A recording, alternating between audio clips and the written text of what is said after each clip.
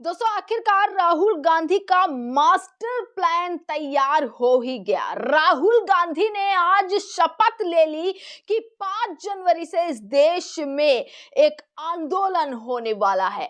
5 जनवरी से एक आंदोलन होगा जो पूरी सरकार की नींद उड़ा कर रख देगा। दोस्तों आज राहुल गांधी समेत तमाम कांग्रेस के नेताओं ने, विपक्ष के नेताओं ने ये शपथ ली है, ये कसम खाई है कि आंदोलन करेंगे और किस तरीके से महात्मा गांधी के नाम की रक्षा करेंगे। दोस्तों पूरी खबर मैं आपको बताती हूं कि किस तरीके से आज राहुल गांधी ने प्रेस कॉन्फ्रेंस करी, राहुल गांधी ने एक मीटिंग करी और उस मीटिंग में कसम खा ली कि इस बार सरकार से आर या पार। नमस्कार, मैं दामिनी शर्मा सजग भारत में एक बार फिर से आप सभी का स्वागत करते हैं।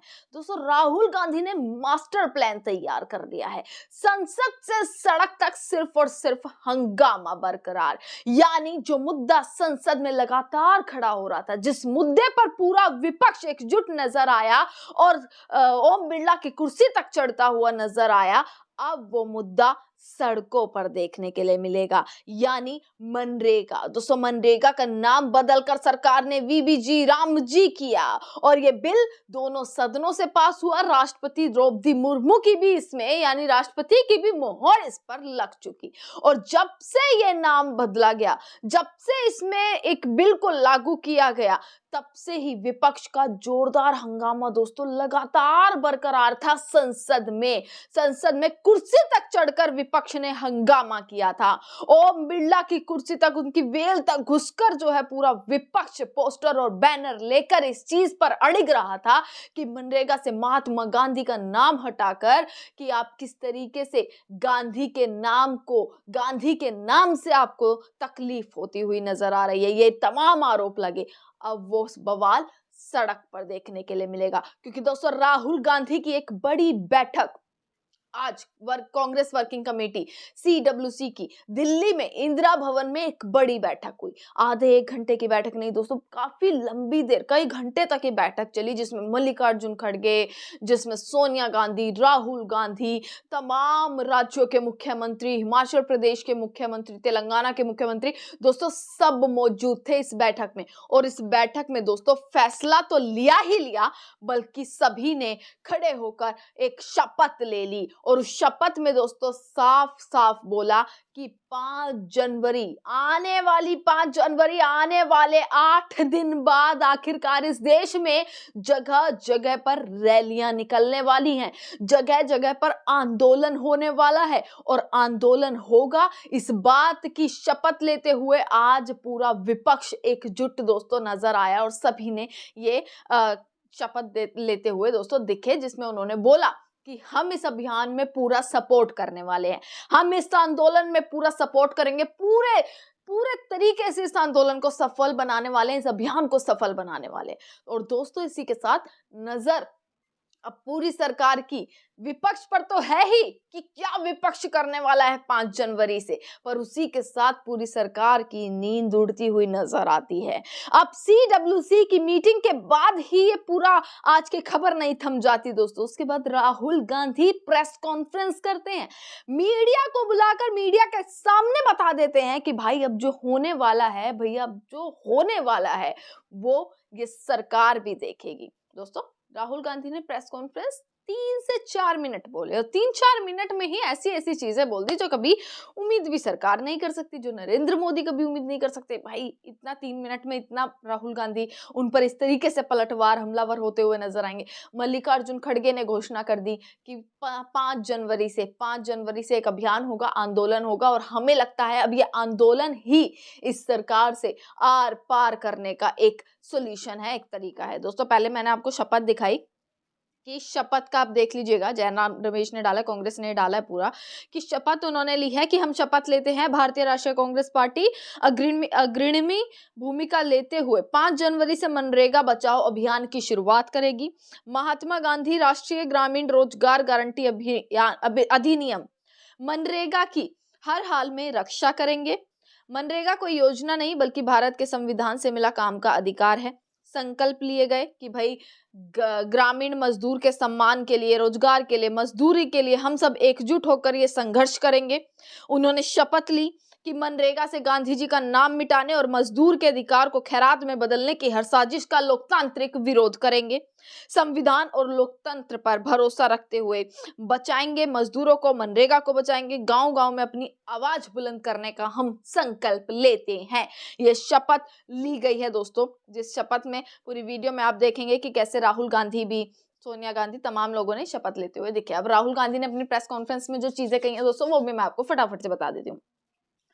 दोस्तों, राहुल गांधी ने एक बड़ी चीज कह दी कि मोदी जी जो हैं, मतलब ये फैसला ले लिया, ये फैसला ना किसी से पूछा गया, ना किसी से सलाह मशवरा किया गया। प्राइम मिनिस्टर ने, उनके मंत्रियों ने बिना किसी से फैसला लिया है, बिना किसी से जो है बातचीत करे, चर्चा किए, सलाह मशवरा करके, बिना किसी से सीधा पास कर दिया, इसको सीधा बिल पास कर दिया। तो राहुल गांधी इस चीज पर कहते हुए दोस्तों नजर आए कि मोदी वन मैन शो चला रहे हैं, वन मैन शो चला रहे हैं मोदी। मनरेगा का नाम बदलने के लिए खिलाफ सड़कों पर उतरेगी कांग्रेस, ये राहुल गांधी ने बोला। और तमाम चीजें राहुल गांधी ने बोली है, मैं आपको बता देती हूँ। राहुल गांधी ने बोला है, जैसा कि खड़गे जी ने कहा, हम इसका विरोध करेंगे, हम इससे लड़ेंगे और मुझे विश्वास है कि पूरा विपक्ष इस कार्रवाई के खिलाफ एकजुट होगा। मनरेगा सिर्फ एक योजना नहीं थी, बल्कि अधिकार आधारित परिकल्पना थी। इस योजना को समाप्त करना इस परिकल्पना पर आक्रमण है। दोस्तों, राहुल गांधी ने आरोप लगाया कि केंद्र सरकार का कदम देश के संघीय ढांचे पर हमला और सत्ता एवं वित्तीय व्यवस्था का केंद्रीकरण है।